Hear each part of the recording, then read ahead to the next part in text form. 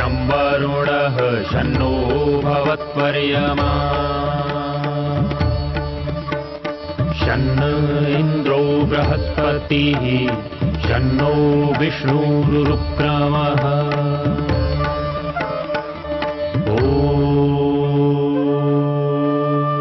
शान्ति शान्ति शान्तिः।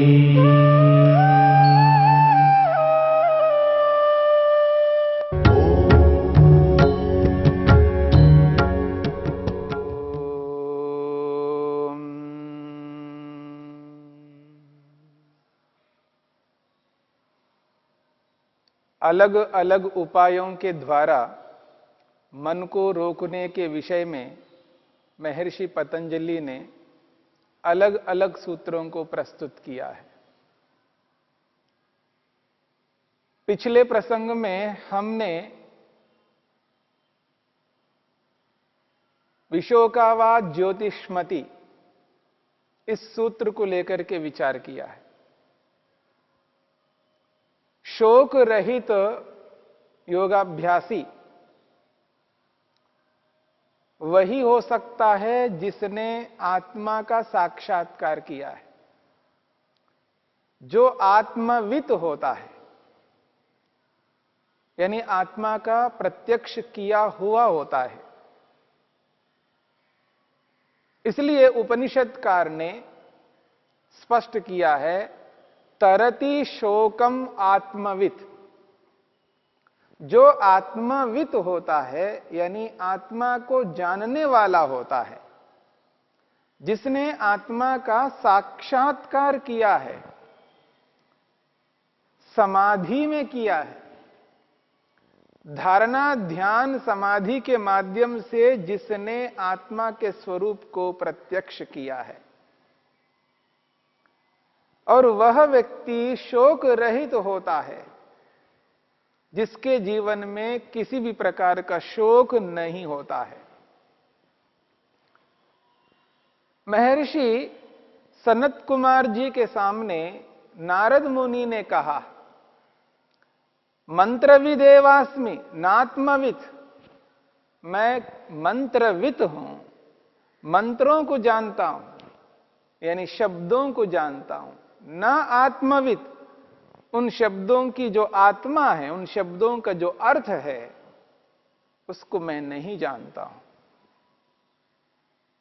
इसलिए महर्षि सनत कुमार जी ने नारद जी से कहते हैं, यद्वै किंच एतद अध्यगिष्ठाः, यद्वै किंच एतद अध्यगिष्ठाः नाम एव एतद। तुमने जो कुछ भी पढ़ा है वो केवल नाम है, शब्द मात्र है, शब्द से शब्द को जाना है। और जब व्यक्ति शब्द से शब्द को जाना हुआ होता है, वह व्यक्ति शोक ग्रस्त होता है, शोक से व्याकुल रहता है, चिंतित रहता है। इसलिए उसके जीवन में टेंशन है, डिप्रेशन है, मनोनियंत्रण नहीं है उस व्यक्ति के जीवन में। हां, शब्दों को जाना हुआ है, पढ़ा लिखा तो बहुत है, अलग अलग विषयों को पढ़े हुए आज बहुत सारे लोग हैं। किसी भी क्षेत्र को लीजिएगा, उस क्षेत्र में उनके पास विद्या की कमी नहीं है, परंतु वह विद्या शब्द विद्या है, शब्द ज्ञान है। शब्दों को बहुत जाना है, लेकिन उन शब्दों का जो अर्थ है, शब्दों की जो आत्मा है, उसको नहीं जाना हुआ होता है।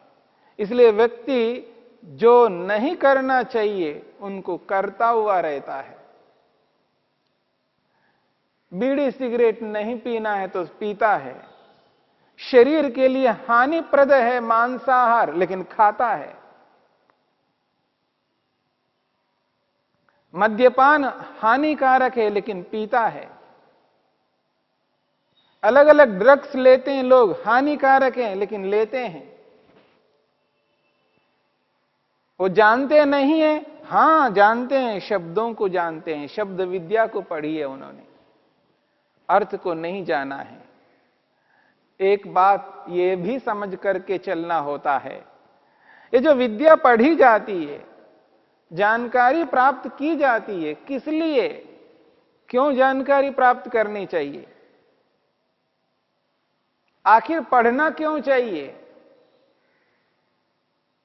पढ़ना इसलिए चाहिए क्योंकि पढ़ करके जानकारी मिलती है, उस जानकारी से व्यक्ति दुख को दूर करता है।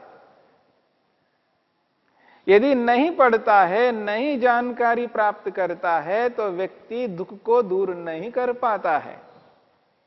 यानी जानकारी प्राप्त इसलिए किया जाता है क्योंकि उससे दुख दूर किए जाते हैं। विद्या इसलिए पढ़ी जाती है क्योंकि उससे दुखों को हटाना है, दूर करना है, दुखों से बचाने के लिए विद्या ग्रहण की जाती है। परंतु आज उल्टा है, जो जितना अधिक पढ़ा लिखा होता है वो उतना ही अधिक दुख पा रहा है, अशांत हैं, अतृप्त हैं, भयभीत है। उसका मन उसके नियंत्रण में नहीं रहता है, लगातार चिंता बनी रहती है। प्रातःकाल उठता है, उठते ही बस उसकी चिंता प्रारंभ होती है, और जब तक नहीं सोता है उसके मन में चिंता चलती ही रहती है, चिंताग्रस्त होता है, हमेशा दुख से ग्रस्त रहता है, क्लेशों से युक्त रहता है, परेशान रहता है, उस टेंशन को दूर नहीं कर पाता है, और धीरे धीरे वो डिप्रेशन में चला जाता है, और उतने कार्य लेता है जितने कार्यों को वो कर नहीं सकता है, उसके ऊपर भार रहता है, दबाव रहता है। लोभ के कारण से व्यक्ति बहुत सारे कार्य ले लेता है, उससे कुछ अर्थार्जन हो जाए, उससे कुछ पैसा प्राप्त कर सकूं, सामर्थ्य से अधिक कार्य ले लेते हैं, और नहीं होता है तो टेंशन से ग्रस्त होते हैं। लगातार वही चिंता बनी रहती है मन के अंदर, हुआ नहीं है, क्यों नहीं हुआ, कैसे नहीं हुआ। जीवन के प्रति उनका कोई सोच नहीं रहता है, बस यंत्र के समान जीवन को बनाते हुए जा रहे हैं। ऐसी स्थिति में व्यक्ति सदा दुखी होता है। परंतु यहां कहा जा रहा है, यदि केवल शब्द विद्या को जानता है, अर्थ को नहीं जानता है, वह व्यक्ति इसी प्रकार रहेगा। लेकिन यहां कहा जा रहा, आत्मविद, जो आत्मा को जानता है, जिस वस्तु को वो शब्दों के माध्यम से जान रहा है, उसके अर्थ को, उसके मीनिंग को जानता है, और जान करके वो दुखदाई है तो उससे हट जाता है, और यदि वो सुखदाई है तो उसको ग्रहण करता है। विद्या पढ़ने का अर्थ यही है, यही आत्मविद होने का अभिप्राय है। सिगरेट को पढ़ लिया है कि सिगरेट हानिकारक है, शब्द से शब्द को पढ़ने मात्र से कोई लाभ नहीं मिलने वाला है, और बुद्धि कभी हानि को ग्रहण नहीं कर सकती। ज्ञान जिसको कहते हैं, नॉलेज जिसको कहते हैं, वह कभी भी हानि को ग्रहण नहीं कर सकता। ज्ञान सदा लाभ को प्राप्त कराने वाला होता है, और ज्ञान होकर के भी, ज्ञान को रखते हुए भी व्यक्ति हानि उठाता है, तो वास्तव में वो ज्ञान नहीं है, फिर जो कुछ भी है वो शब्द है, शब्द का शब्द है, नाम एव एतद। महर्षि सनत कुमार जी कहते हैं, ये तो केवल नाम है।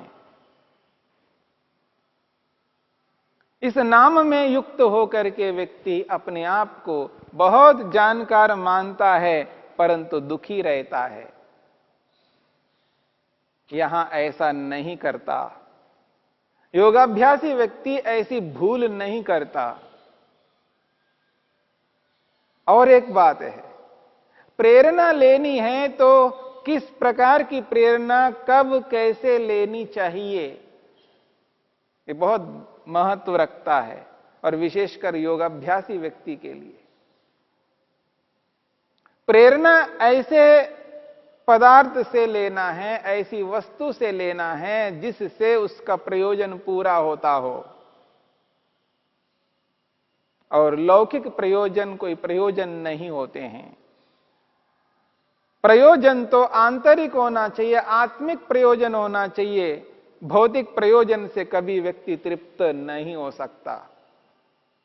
इसलिए महर्षि पतंजलि ने एक बहुत विशिष्ट उपाय, सरल उपाय बताया है, दुनिया में सभी लोग अनुकरण करते हैं, सभी लोग अनुकरण करते हैं, दूसरों को देख करके अपने जीवन को आगे बढ़ाते हैं। उसी श्रृंखला में महर्षि पतंजलि ने यह स्पष्ट किया है, वीतरागम वा चित्तम। यह समाधि पाद के 37वां सूत्र है। वीतरागम वा चित्तम, वीतरागम चित्तम, बीच में वा है, वा का मतलब और। यदि योगाभ्यासी अपने मन को एकाग्र करना चाहता है, अपने मन को एकाग्र करना चाहता है, अपने मन को स्थिर बना के रखना चाहता है, एक विषय में स्थिर करना चाहता है, धारणा बनाना चाहता है, और जहां धारणा लगाना चाहता है वहीं ध्यान करना चाहता है, वहीं जिसका ध्यान करता है उसी की समाधि लगाना चाहता है, ऐसी स्थिति में महर्षि पतंजलि कहते हैं वीतराग विषयम, वीतराग विषयम वा चित्तम।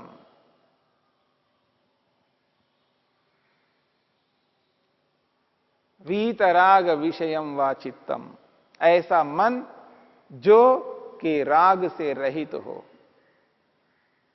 एक यहां विशेष बात समझने योग्य है, संसार में मनुष्य को छोड़ करके जितनी भी योनियां हैं, मनुष्य को छोड़ करके जितनी भी योनियां हैं, उन योनियों में जितने भी प्राणी हैं, वे प्राणी स्वभाव से ही, जन्म से ही उन समस्त कार्यों को करते हुए आते हैं जिनको सिखाया नहीं होता है।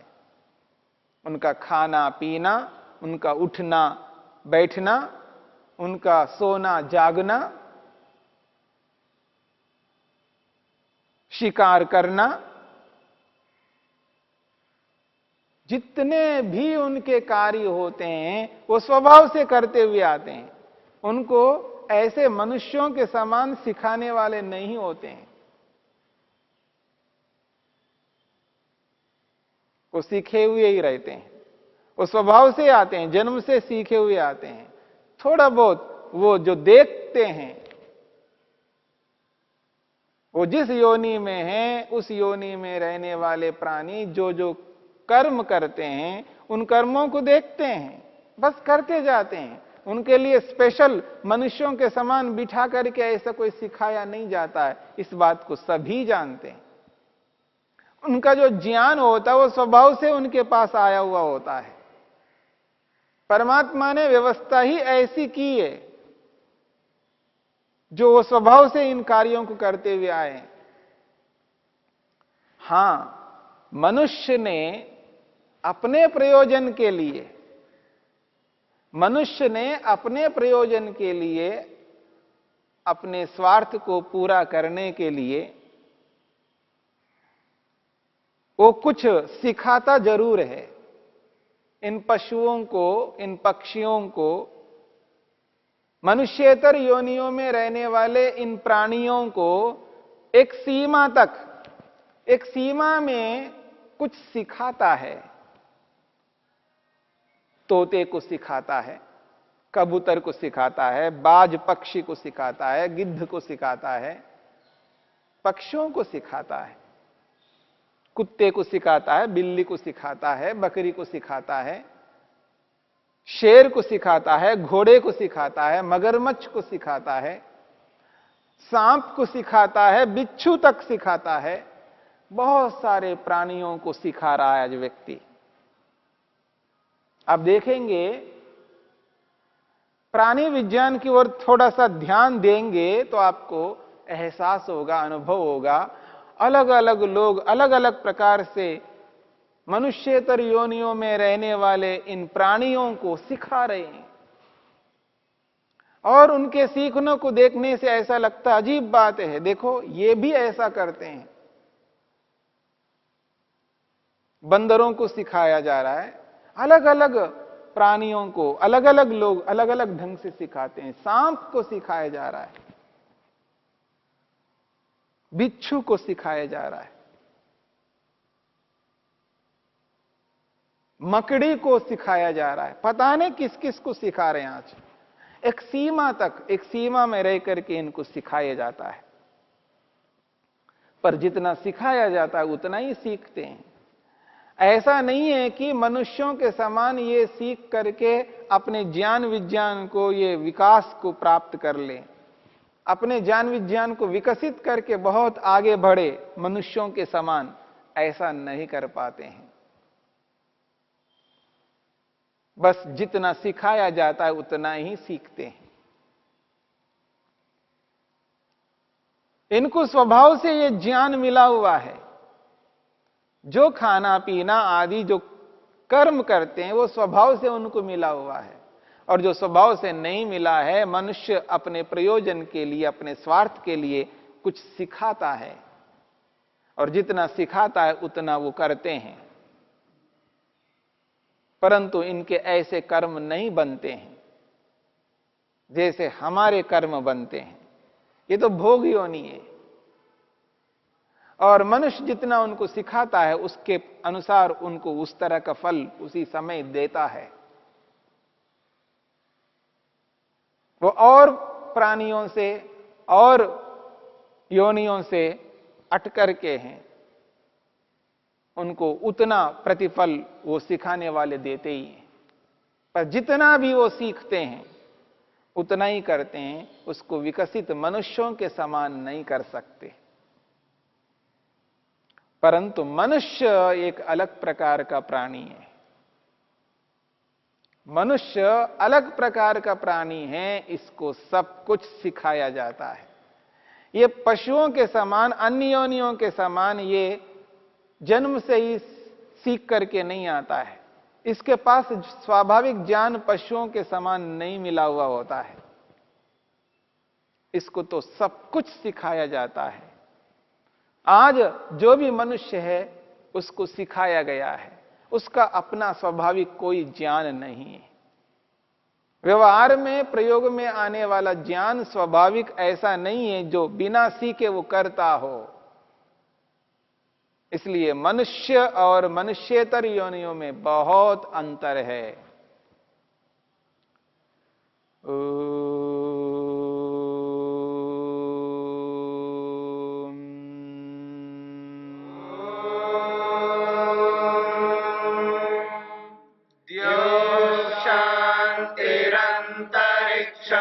शांति पृथ्वी शांतिरापः शांतिरोषधयः शांतिः वनस्पतयः शांतिर्विश्वे देवा शांतिर्ब्रह्म शांति सर्वं शांति शांतिरेव शांति क्षमा शांतिरेधि। ओम शांति शांति शांति।